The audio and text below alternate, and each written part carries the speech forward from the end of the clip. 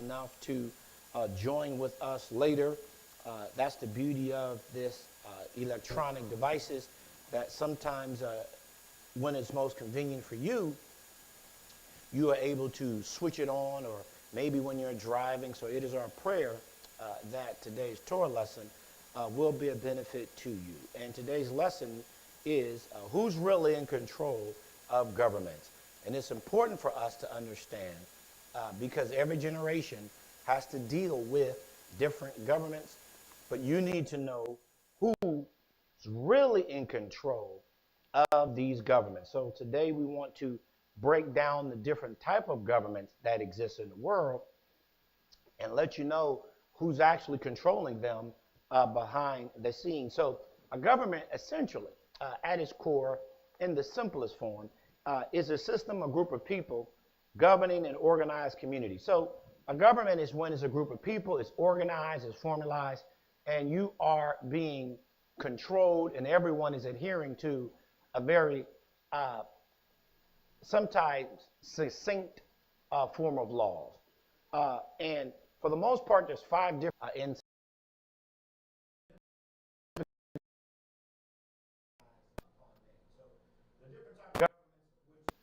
are the style in which you rule. So if you're looking at a government, it's the style in which you control the locals, the natives, the islanders. So when we use the term government, who's actually in control? What is their style of managing all of these people on this particular island, state? It doesn't matter. So you have your monarchy, you have your democracy, you have your oligarchy, you have your authoritarianism, and then you have your dictatorship, a dictatorial rule. So the monarchy is the most common and often the most used, and that's when you're ruled by a king. And the king has something called a royal family. I want you to know, from the top of this, that Yahweh is, his government is a monarchy ruled through kings and kingship. His son Yeshua is going to rule the earth when he comes back. So the government that Yahweh actually prefers is that of the monarchy. So a democracy, which is governed by the people, which means ruled by the people. So anytime you're in a democracy, it's not necessarily a royal family and a king handed down through lineage. Democracy is when the people, their style, they control themselves.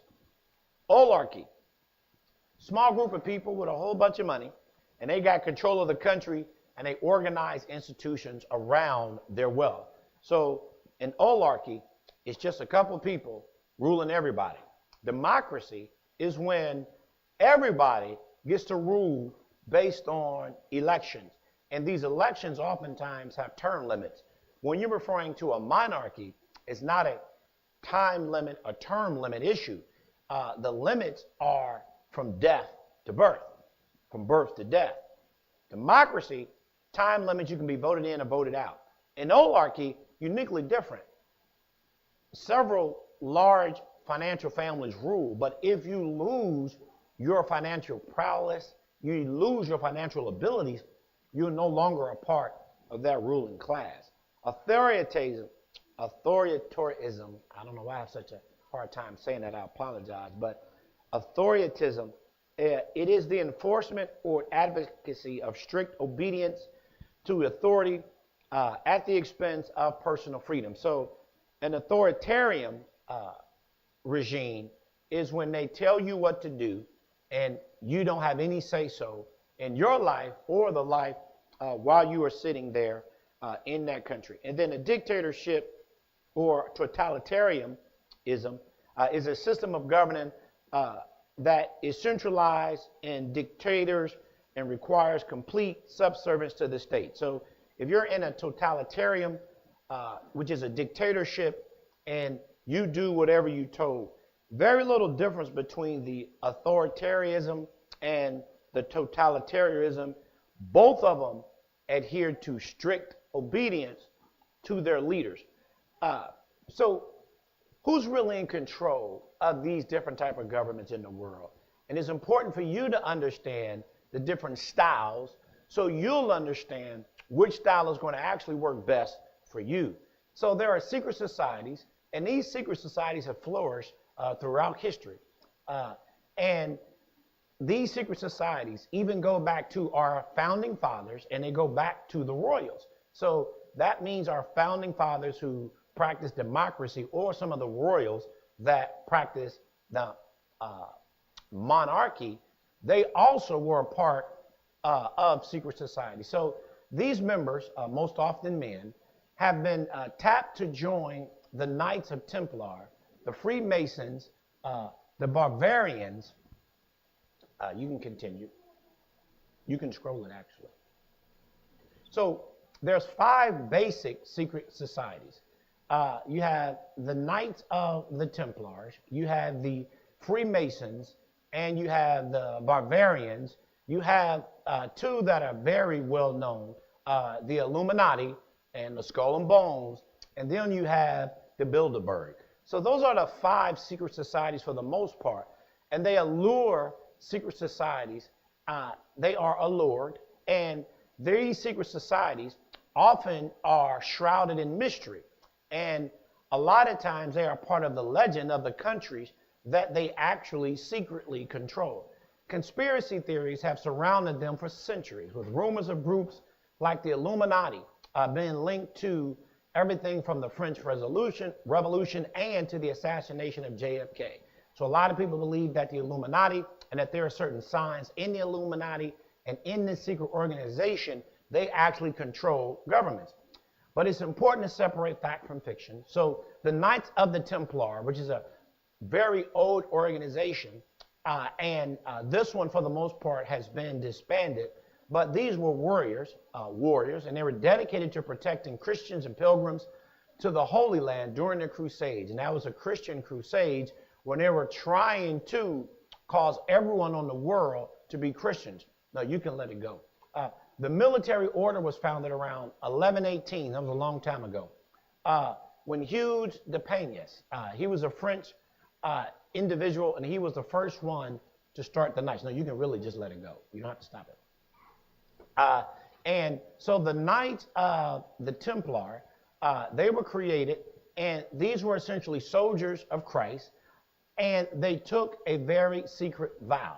And the headquarters were founded at the Temple of the Mount in Jerusalem. And all of these members pledged to live a life of chastity, obedience, and poverty. So the Knights of the Templar were one of the many secret organizations that helped the Catholic Church build its prominence. And these Knights of the Templars, their pledge included chastity, obedience to poverty, which means they weren't looking for wealth. They abstained from gambling, alcohol, and even swearing.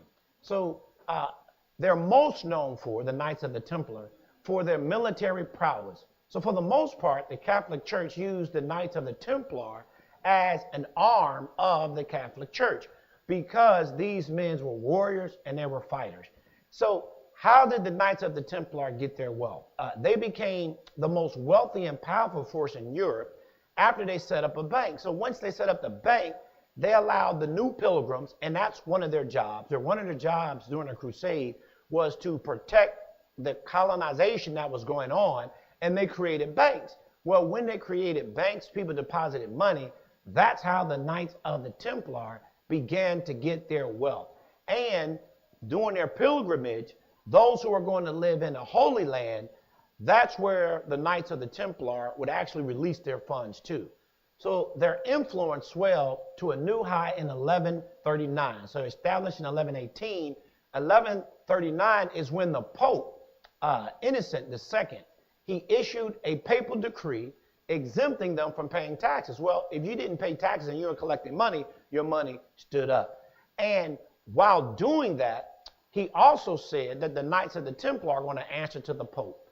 So at the apex of the power of the Knights of the Templar, they owned Cyprus, which is an island that still exists today. They also owned a fleet of ships, and they lent money to kings. Wow. But all kings were not happy customers. So what happened to the Knights of the Templar, there was a king, and this king who was receiving money, stopped receiving money, got upset. After they got upset, this king, he then, Philip V of France, he was denied loans from the Knights of the Templar. And then, since they denied him a loan, he started to have a lot of their leadership arrested, began to have them falsely accused. And in 1309, in Paris, dozens of them were burned. So the Knights of the Templar no longer exist as we knew them today, because they got involved, unfortunately, in the politics of governments. Anytime you have governments established, there's always politics. There's always maneuvering. There's always pressure behind the scene. So since this king misrepresented the Knights of Templar, Pope Clement, he actually ended and dissolved the Knights of the Templar in 1312. So they started in 1118, and by 1312, they were done. And then the Catholic Church that was using them as an arm, as their army, actually took their wealth. Catholic Church took wealth of a lot of people. There were rumors that the Knights of the Templar actually guarded the Holy Grail. So the Holy Grail is the cup that Christ used to drink. And the Shroud of Turin. The shroud is what covered them. So they believed that the Knights of the Templar actually had that. And once they were disbanded, they also believed that that cup, which is what Jesus drank from, which is what the Holy Grail actually is actually still sitting somewhere in the Vatican, which would prove that Christ exists. But they don't want to release that. But that was the Knights of Templar. They had a very specific cross of Lorraine that distinguished them. It was that double-braided cross. The Nazis used this as well, but it was the cross that that one. yeah, that one. Looked like that. Well, so if you're an artist, you should be able to see that. Yeah. Then it curled back in, curled out, went down. All artists should be able to know exactly what I'm drawing in the air. So the point being, that's what that cross looked like. So the Knights of the Templar were one of those secret organizations that worked behind the scenes in government. And it was during World War II that the Cross of Lorraine was a symbol of the French resistance to the Nazis' rule. And then some eagle-eyed observers have claimed to spot the Cross of Lorraine in the Exxon and Nabiscus logo. So they even have the Cross of Lorraine stamped on Oreo cookies. So the Knights of the Templar, secret organization that helped establish government. So now let's talk about the Freemasons. So the Freemasons, which is an organization that is big in America, the Freemasons loom large in American history. After all, 13 of the 39 men who signed the U.S. Constitution were Freemasons. So of the 39 men who signed on to the Constitution, 13 of them were actually Freemasons, which included George Washington, James Monroe, Benjamin Franklin, John Hancock, and Paul Revere. All counted themselves as members of this fraternal order. So the Freemasons is another secret organization that actually worked behind the scenes in government. So you had the Knights of Templar that are pretty much disbanded. Now we're talking about the Freemasons in America, in this democracy, and how many of those individuals in that organization work behind the scene to actually help establish governments, which are or documents that decided how they were going to rule the people. So the Freemasons can be traced in their route to the Middle Ages in Europe, when most craftsmen were organized into local guilds. So the majority of Freemasons are masonry in occupation. They were cathedral builders, and the nature of their profession normally was in the carpentry field, in the building field. They identified one another with signs of their trade, like the builder's square and the compass and Freemasonry. Those are iconic symbols, and they show that the Freemasons still exist, and they do exist today. the earliest reference to the Masons is in the Halwell manuscript, which was published in 1390. Well, 1390 is slightly before the Knights of the Templar were actually disbanded by the Pope. So it could be a lot of those Knights of the Templar actually just merged into Freemasons after they were disbanded. As we know today, they were founded around 1717 when London Lodge merged, formed England's first Grand Lodge. Freemasonry quickly spread across Europe and then across the American colonies. So Freemasonry actually started in Europe, and one of the roles of the Knights of the Templar were to protect colonies, and American colonies started shortly after. Freemasons' beliefs, they say that they're not a religion, though members are encouraged to believe in a supreme being or a grand architect of the universe, which is why they use that. And a lot of Freemasonry and Masonic temples have signs even today on the dollar bill. But again, a lot of our founders were a part of the Freemasons and the Masons, the Freemasons and Masons. So these rituals were brought into conflict with the Catholic Church. So the church first condemned the Freemasons in 1738, and they had issues with them. But around 1985, the Roman Catholic bishops reinstated over 200 years worth of these structures, and they re-embraced the Freemasons to the order. So there was a time where, remember, first we start with the Knights of Templar. They worked with the Catholic Church. They were disbanded. Shortly after they were disbanded, Freemasons rose, and then there was still a conflict with the Freemasons being with the Catholic Church, and then the Catholic Church said, "Nah, that's all right. We'll embrace you because we understand what you're doing." The church wasn't their only enemy. The secrecy of the Masons garnered such distrust in early America that it inspired America First, third party, the anti-Masonic party. But that party did not go too far. Are there Freemasons today? Yes, there are many Freemasons today, and they exist today, and their public image has been greatly influenced by the whole high-profile charity work of Shriners. So the Shriners are a part of the Freemasons today, and the Shriners are the ones that help children that have been severely burned. So Freemasons, also known as the Ancient Arabic Order, and they are called Mystic Shrine, which is where you get the Shriners from.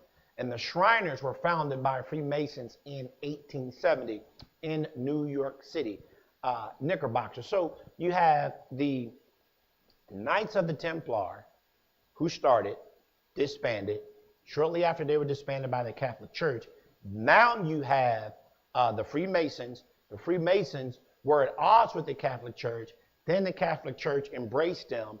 And then the Knights of the Templar that worked for the Catholic Church, when colonizing began to go to the Holy City, then Freemason began,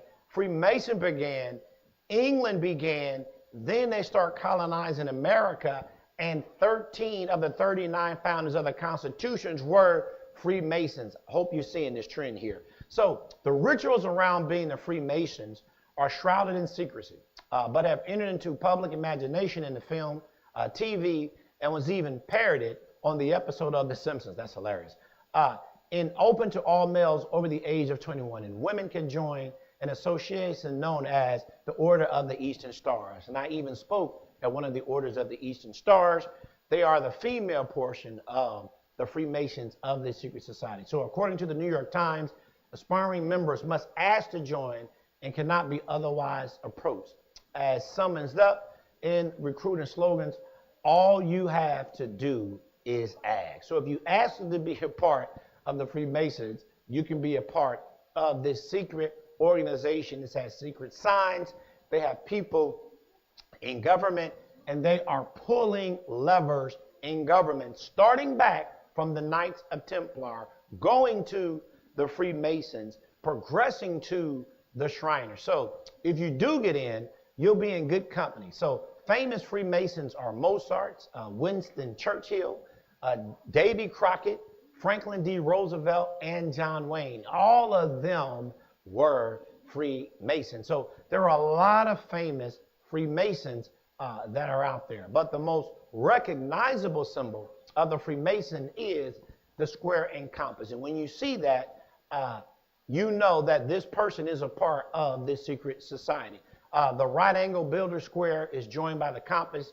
A central tool is the geometry, which, according to some experts at MIT, is represented by the G at the heart of the symbol others have. So you're looking at these organizations, and you're looking at the men and women who join these secret organizations. They are then dispersed into the community, placed inside of these governments, be it monarchy, because there are several monarchs who are kings who were actually not a part of the Freemasons, but they're a part of the other organization. Let's get to them. Skull and Bones.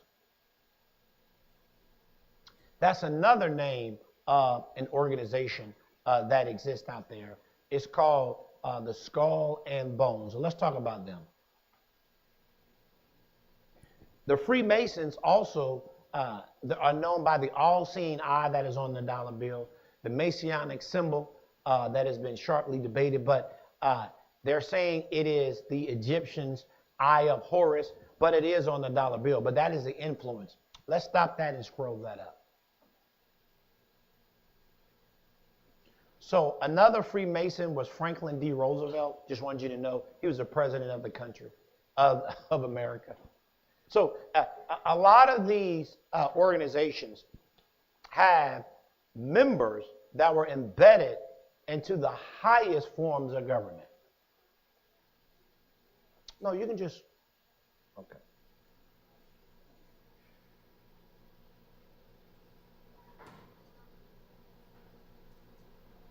Yeah, that was scrolling. Scroll up. Scroll up.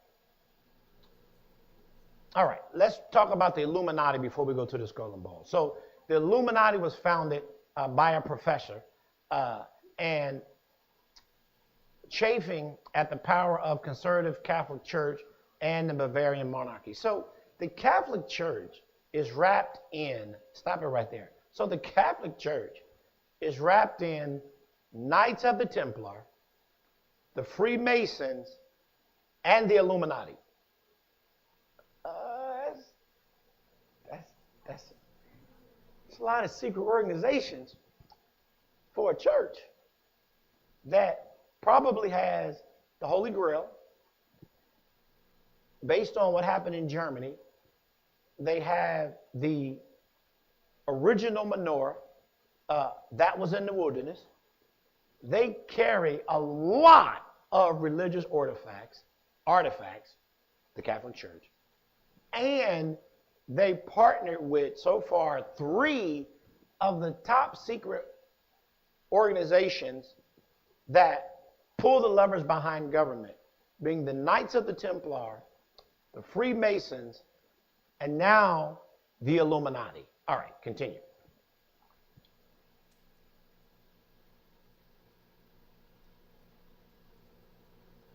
All right, so the Illuminati spread for a reason. They were inspired by the spread of enlightenment across Europe. And the gentleman who started the Illuminati drew upon the ideas expressed by Jesuits, and these are priests, who were former members.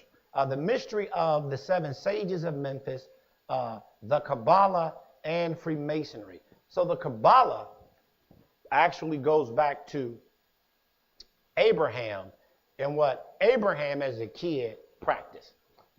He would have practiced Kabbalah, which is idolatry, and that's Abraham, who was the father of Israel. But this person who started the Illuminati, he recruited heavily from the later group, the Masonic lodges, in his quest to recruit some of the wealthiest and most influential men in Europe. So a lot of these members of the Illuminati and the Bavarian cult, they have money, and they use that money to control people that are on the bottom. And the Illuminati, for the most part, they're saying, are broken up into 3 tiers of increasing power and drawn from social elites, including noblemen like former Mason Baron Van King, and writer John and Wolfgang. Communications was in cipher, and members were given classical nicknames. I can't pronounce that name. All right, you can scroll up a little bit. So the Illuminati is another secret organization. So the Illuminati is not stamped out. It still is in effect. They still have members, and a part of this secret society. These members, a lot of them are still behind the scenes, but again, they are rich people and they are influencer in society. A lot of those who are in the Illuminati, they are actually embedded in our entertainment realm.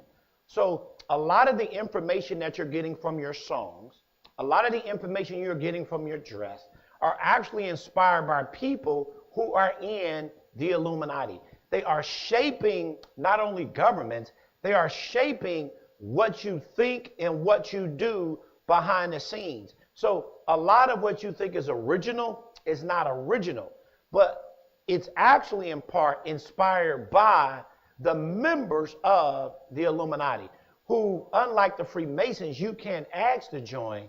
They hide themselves in the cloak of saying they don't exist. Stop right there.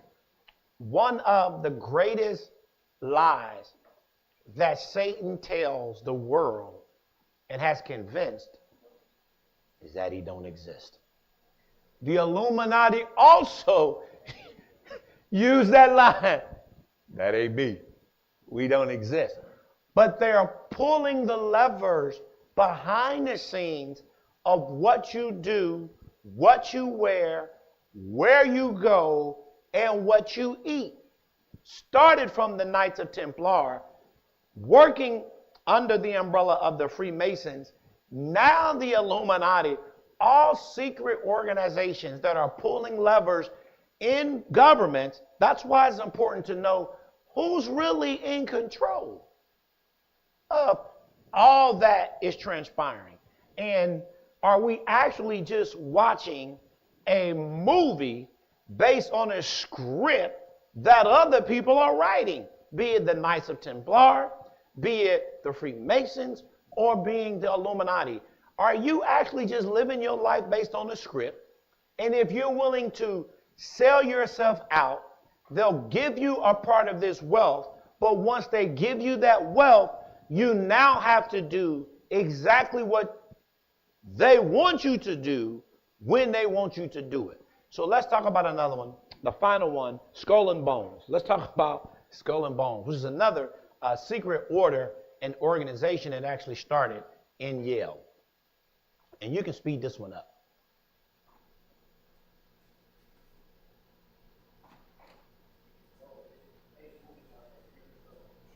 Oh, did they really talk about it? Yeah.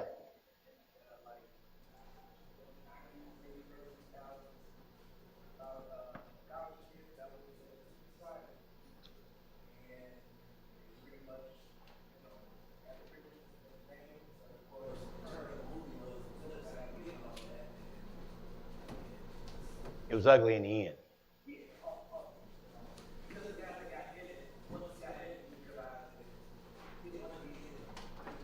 No, so that's one point. Knights of the Templar, Freemasons, Illuminati, once they let you in, literally it is death do you part. You get out when you die. And if you expose any of the secrets, these are the people who die, and people say that was a mysterious death. Well, it was mysterious because they said something that they had no business saying in the public, and they got it out there, and they killed them quick. So Skull and Bones, this order actually started in Yale University, and this is another secret society founded in New Haven, Connecticut, 1832. Skull and Bones founder William Huntington Russell was inspired by the occult society he'd visited in Germany.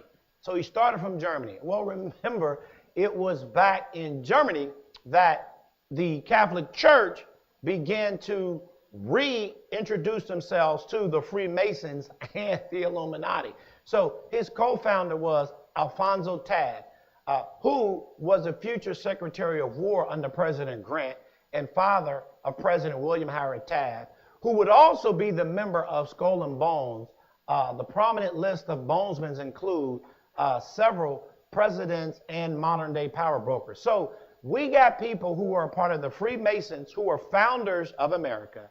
We got people now who are part of Skull and Bones who were presidents. We had several presidents who were part of the Illuminati or Freemasons, presidents who were a part of this secret society, Skull and Bones. So how do you join the Skull and Bones? Each year, 15 seniors at Yale are tapped to join Skull and Bones, and their names are published in Yale Rampus through what happens behind the scenes, they don't know. So once a year, 15 people from Yale, they come into this organization. The actual building still exists where it was founded. The building is called the Tomb. It is windowless, a lot like the Jehovah's Witness Hall. Meeting spaces where bones gather twice a week is under wraps. Members take an oath to secrecy. The graduate members of Skull and Bones undergo an initiation. They are called knights. And then everybody outside of the Skull and Bones organizations are called barbarians. So some of the most famous members of the Skull and Bone members includes Presidents William Howard Taft. So you got George Washington, who was a Freemason. You got William Howard Taft, who was a part of Skull and Bones. I know you might not know William Taft, but George H.W. Bush Sr. and George W. Bush Jr., they too were a part of the Skull and Bones organization. So all of these secret organizations that were established to exclude and to control behind the scenes governments. Knights of the Templar, Freemasons, Illuminatis, Skull and Bones, all of it takes a lot of money to be a part of. And they are the ones that in Europe, that in Russia, that in America are actually controlling what you do, what you eat, what you watch on television, what you digest, what can actually come to power, and what goes out of power. All of them control behind the scenes. And the symbol of the Skull and Bones is just that, a skull with two bones, and it does exist. And those who are a part of that those organizations, be it the Knights of the Templar that merged for the most part and became the Freemasons that birthed the Illuminati who birthed the Skull and Bones, all of them operate in wealth, in secret, and they control what happens in the countries where all of the members are a part of. For anything to happen, it happens through these organizations. And there's one more called Bilderberg. Speed this one up. This one is less known, but these people meet once a year, established in 1934. All of their minutes notes are destroyed. One of the most famous members of that is Bill Clinton.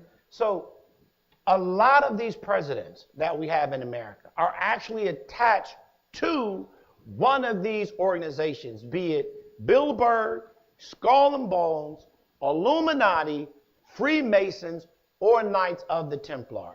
It's important for you to know who's actually controlling what you're doing so that you can take back control, so that you will learn how they maneuver. And the Catholic Church is tied up in all of them. Now, all of them are secret societies, but at the end of the day, all of their members, even the presidents of the United States, which don't matter who president, what is president, they all got to go back to the Catholic Church.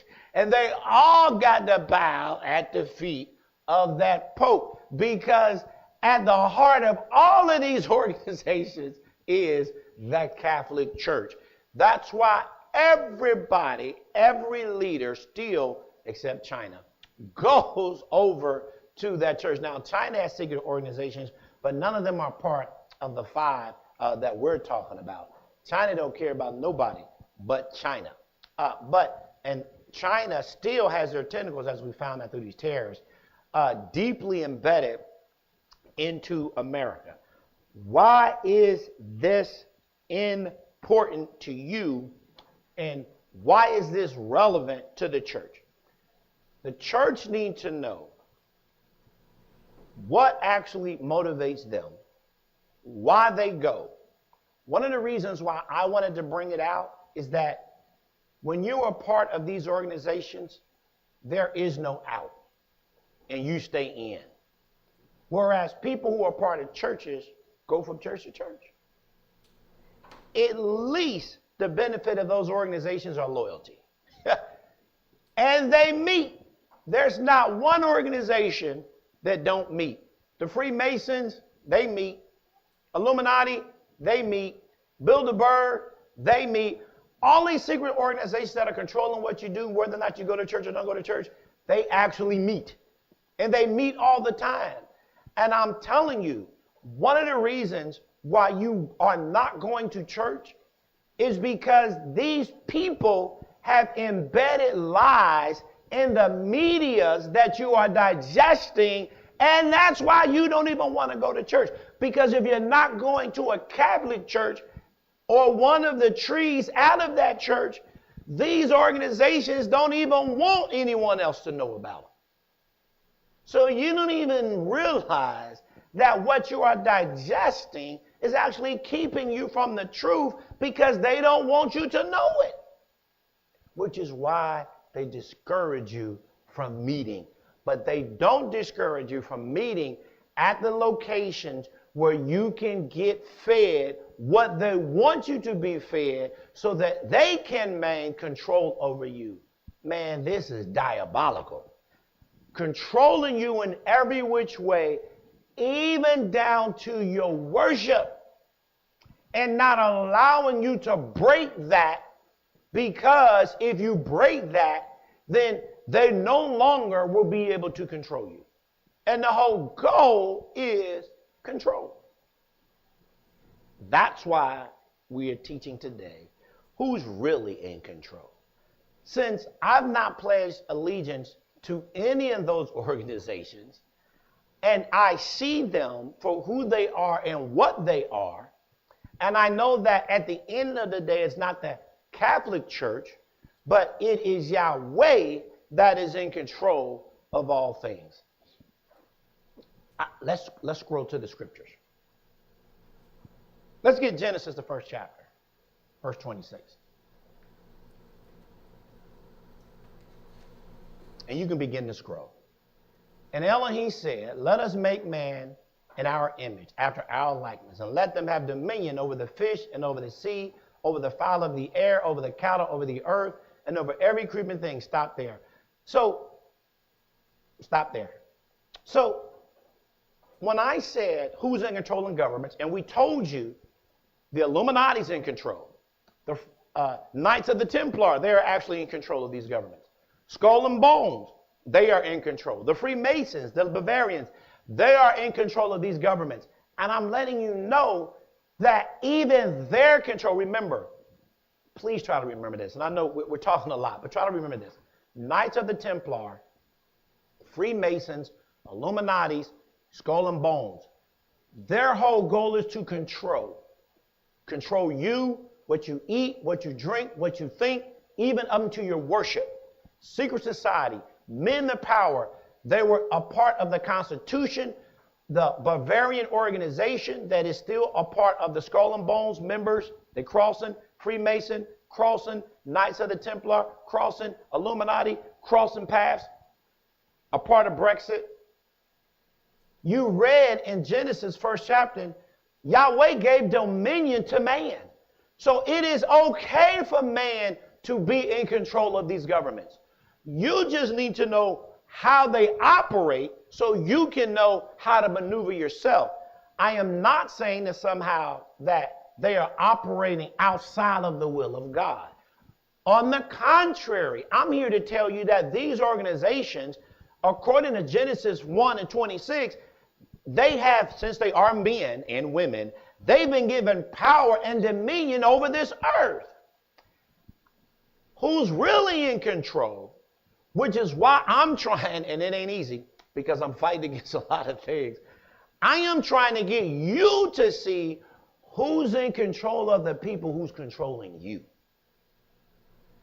Psalms 24 and 1 says, the earth is Yahweh's and the fullness thereof, the world and all that dwell therein. So the one who's in control over them, who is in control of the controllers, is still Yahweh. Even though Yahweh gave them permission and dominion, Yahweh is controlling them and maneuvering them because the earth still belongs to the Lord. Scroll up. For he hath founded it upon the seas and established it upon the floods. Who shall ascend into the hill of Yahweh? Or who shall stand in his holy place? He that hath clean hands and a pure heart. None of them in that organization. Who has not lifted up his soul to vanity, nor sworn deceitfully, which is where the Knights of the Templar get their vow. This is the generation of them that seek him, that seek the face. Lift up your heads, all ye gates, and be lifted up, ye everlasting doors, and the King of glory shall come in. Who is the King of glory? Yahweh, strong and mighty. Lift up your heads, all ye gates, even lift them up, you everlasting doors. The King of glory shall come in. Who is the King of glory? Yahweh, strong and mighty. Stop right there. So Yahweh is in control of the controllers. But you need to learn about them people so that you can know why they are maneuvering and where they're maneuvering. Romans 13 and 1 says this, let every soul be subject, Romans 13 and 1, let every soul be subject unto the higher powers. For there is no power but of Yahweh. The powers that be, see, Yahweh is even controlling. Who's in control of these governments? Yes, Yahweh gave men dominion. So yes, the Knights of the Templar, yes, they're in control of the governments.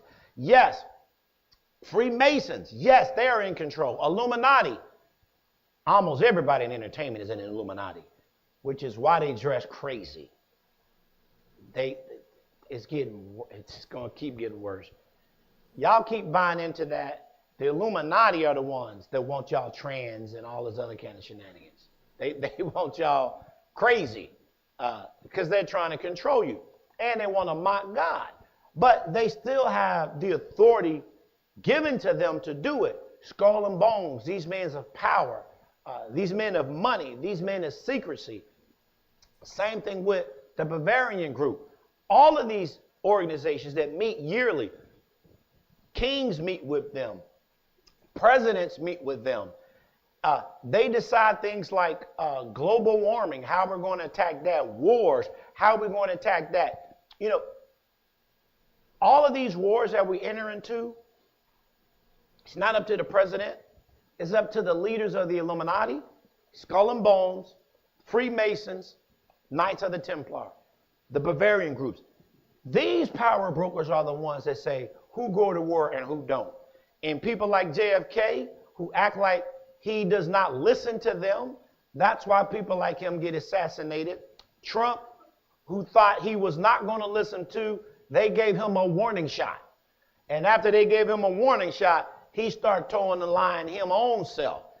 They control behind the scenes who's in control out front. You want to know how somebody obscure can get power, get notoriety?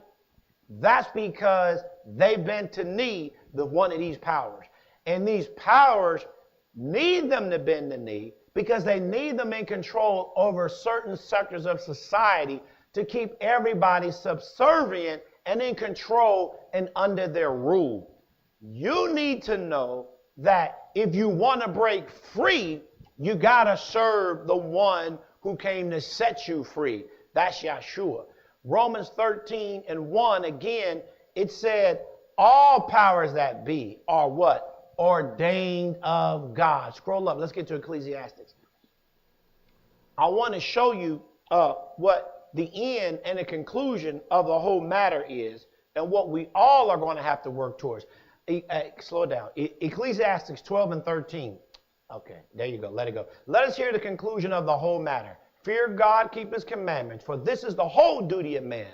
For Elohim shall bring every work into judgment with every secret thing, whether it be good or evil. So the conclusion of the whole matter is to fear God and keep his commandments. So who's really in control of these governments? Yahweh. But who has given these men dominion to control us?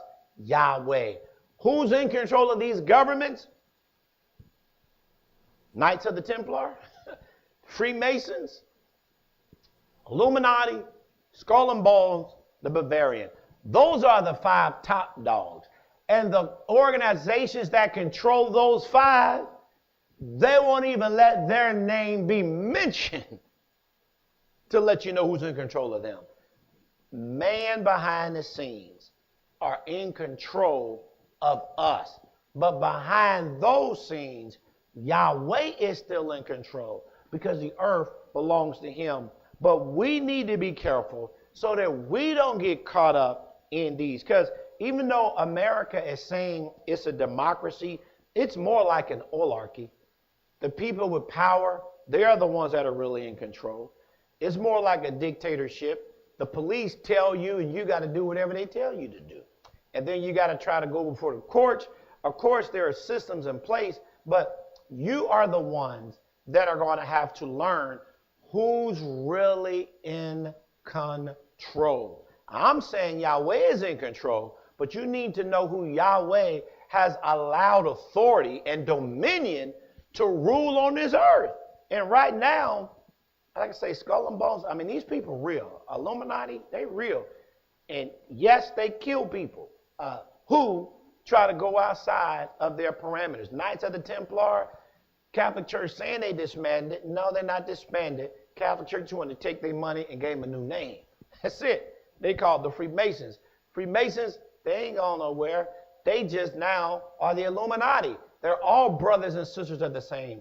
The Eastern Stars, all of them are part of that Freemasons. So the Skull and Bones started from looking at what they were doing in Freemasonry over there in Germany.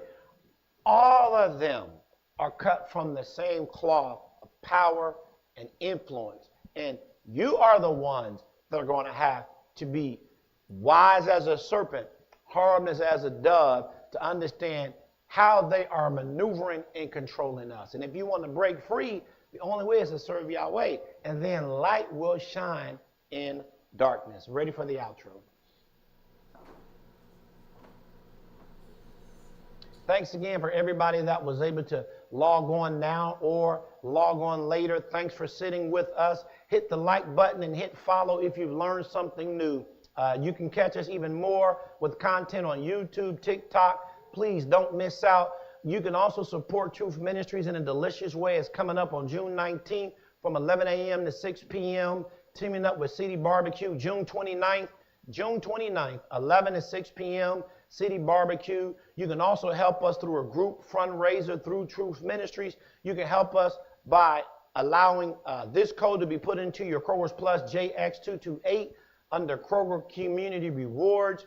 You can find out more details of this on our Facebook page. See you next time and stay tuned, and may the Lord bless you and keep you.